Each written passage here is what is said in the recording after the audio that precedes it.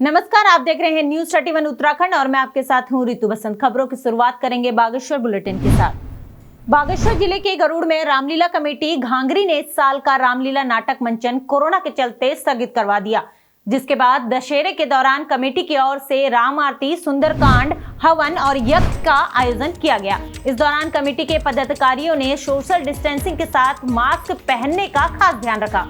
तो वहीं इस दौरान रेड क्रॉस के सर्वे ट्रेनर प्रमोद जोशी ने सभी को मास्क बांटकर सोशल डिस्टेंसिंग का पालन करवाया। इस मौके पर कमेटी के अध्यक्ष महेशानंद जोशी ने सभी का आभार जताते हुए सामाजिक दूरी का पालन करने के साथ ही कोरोना को लेकर जागरूक रहने को कहा। साथ ही पूजा के दौरान स्थानीय निवासियों और श्रद्धालुओं ने भी आरती कार्यक्रम में हिस्सा लिया।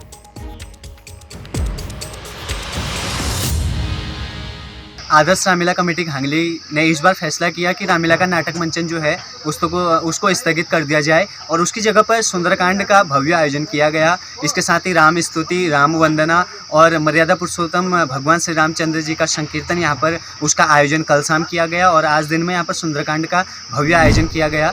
बागेश्वर में वीर चंद्र सिंह गढ़वाली पर्यटन स्वरोजगार योजना के तहत जिला स्तरीय स्क्रीनिंग समिति की बैठक की गई। इस मौके पर जिलाधिकारी विनीत कुमार की अध्यक्षता में विकास भवन सभागार में बैठक की गई। बैठक में जिलाधिकारी ने कहा कि इस योजना का मुख्य उद्देश्य बेरोजगार युवाओं को रोजगार मुहैया कराना है।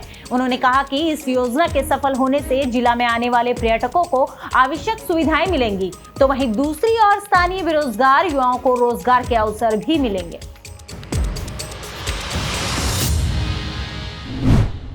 कोरोना के चलते लॉकडाउन से साहसिक खेलों में लगे ब्रेक को तोड़ने के लिए अब खेलों से जुड़े लोग आगे आने लगे हैं।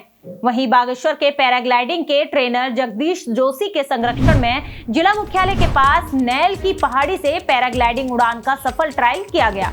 इस मौके पर उपाध्यक्ष नवीन परिहार ने पैराग्लाइडिंग के अनुभव को साझा करते हुए कहा कि उड़ान काफी रोमांचक थी। साथ ही उन्होंने कहा कि जिले में साहसिक खेलों को बढ़ावा देने के लिए टीम काफी बेहतर काम कर रही है। साथ ही उन्होंने कहा कि नवंबर में पैराग्लाइडिंग का बेसिक प्रशिक्षण दिया जाना है। इसके लिए देश भर से ट्रेनर पहुंचेंगे।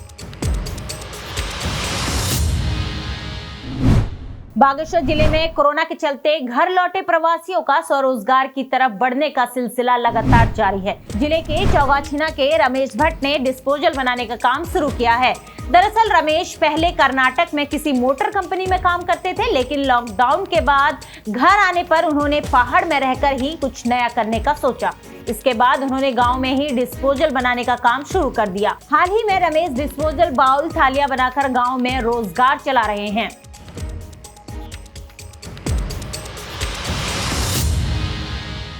मुझे अभी डिस्पोजल का काम शुरू किया। ये स्वरोजगार जो अभी MSME योजना के तहत इस काम को शुरू किया गया है और इसका जो रॉ मटेरियल है मैडम हम भी दिल्ली से परचेज करते हैं।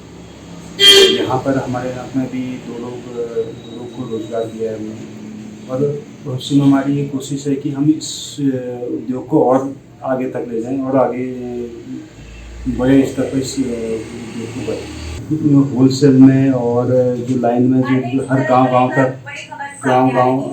तक लोगों को पहुंचाया जाता है। बागेश्वर गरुड़ राष्ट्रीय राजमार्ग की सड़क बैजनाथ से लगभग 100 मीटर आगे क्षतिग्रस्त हो चुकी है, जिससे लोगों को काफी दिक्कतों का सामना करना पड़ रहा है। यहाँ के स्थानीय लोगों का कहना है कि कई बार संबंधित विभाग और प्रशासन से शिकायत करने के बावजूद भी सड़क में कोई सुधार नहीं आया है। साथ ही वहीं स्थानीय लोगों की मांग है कि इस सड़क को जल्द से जल्द ठीक किया जाए।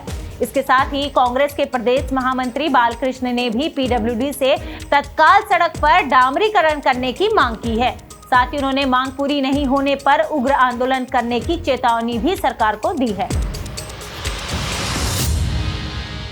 यहाँ पर एक नारायण राम जी रहते हैं, जो ये हाईवे पर जो काम हुआ था एक साल में जो काम हुआ था, इस पर अभी तक विभाग ने कोई यहाँ पर देखने को तक नहीं आ रहे।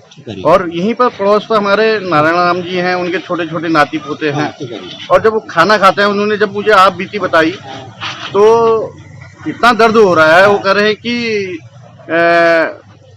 खाने में बहुत सारी धूल पड़ जाती है। वो दरवाजा बंद करते हैं, लेकिन उन पर इतनी गरीबी है, उन्होंने गत्ते लगा रखे हैं अपने दरवाजे और खिड़कियों में लगा रखे हैं।